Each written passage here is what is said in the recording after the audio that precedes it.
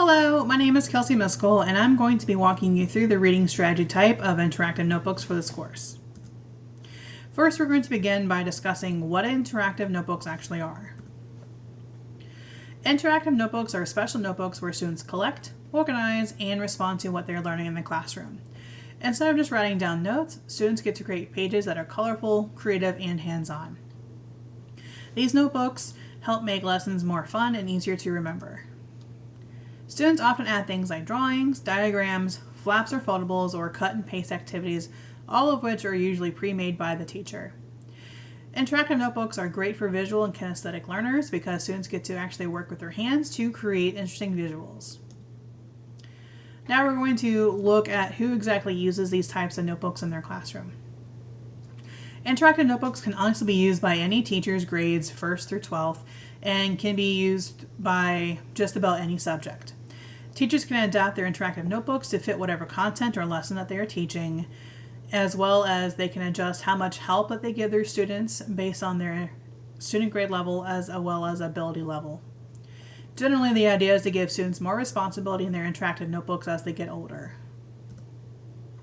For example, elementary students usually need help with the fine motor skills of interactive notebooks such as cutting and gluing, so those two things the teacher will probably have to really help or do for them. Middle school students are often more independent and can be entrusted to accurately use scissors and glue. And high school students usually do all aspects of the interactive notebooks on their own with just the verbal or visual guidance from their teachers. Now we're going to discuss how teachers can incorporate these notebooks into their classrooms. As previously stated, interactive notebooks can be used in any core subject, and with enough teacher creativity, related arts teachers can even incorporate these as well. However, one thing most interactive notebooks have in common is that they are generally an avenue to explore content vocabulary and important ideas or concepts at the beginning or throughout their unit lessons.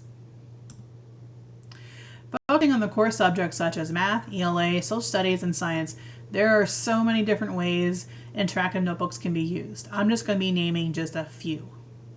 For math, teachers can have their students identify and practice place values, interpreting or creating graphs, or even showing a breakdown of the steps of problem solving.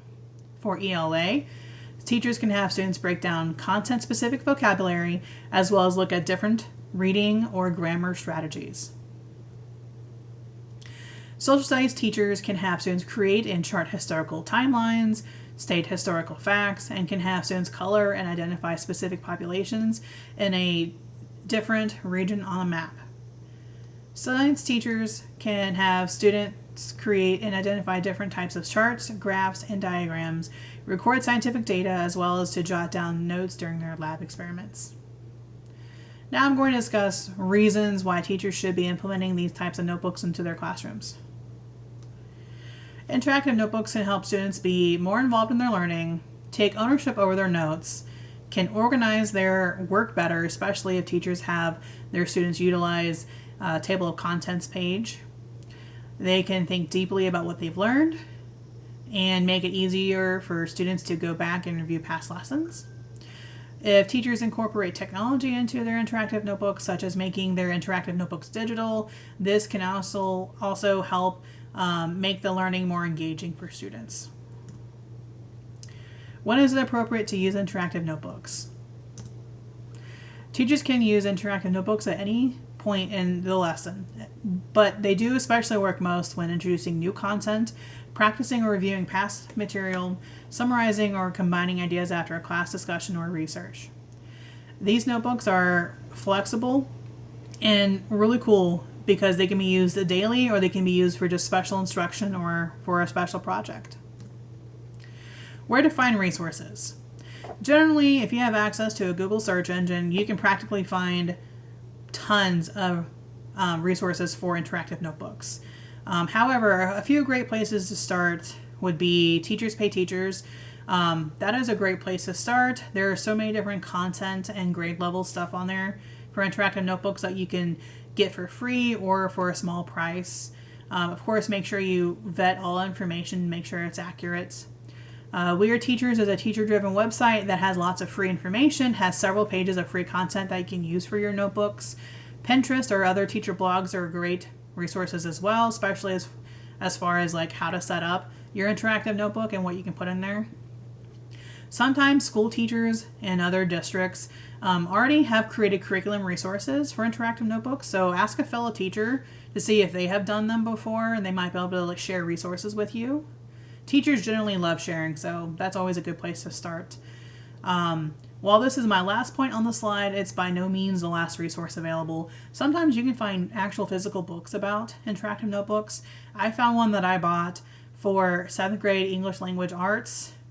It's a really good resource, and I'm looking forward to incorporating it into my classroom this year. Final thoughts. As someone who's taught for 3 years, I'm now going into my 4th year teaching. I'm going to be doing interactive notebooks this year, and I'm looking forward to doing it. And I feel like the students will get a lot out of it. And I think it could be even a game changer for just engagement during notes. The only downside to interactive notebooks is it does require a lot of planning. But if you have the time to do that, I feel like it's going to be really worthwhile. The following slides are just my works cited page. I have 2 for my informational resources, and then I have 2 for the images that I used. Thank you very much.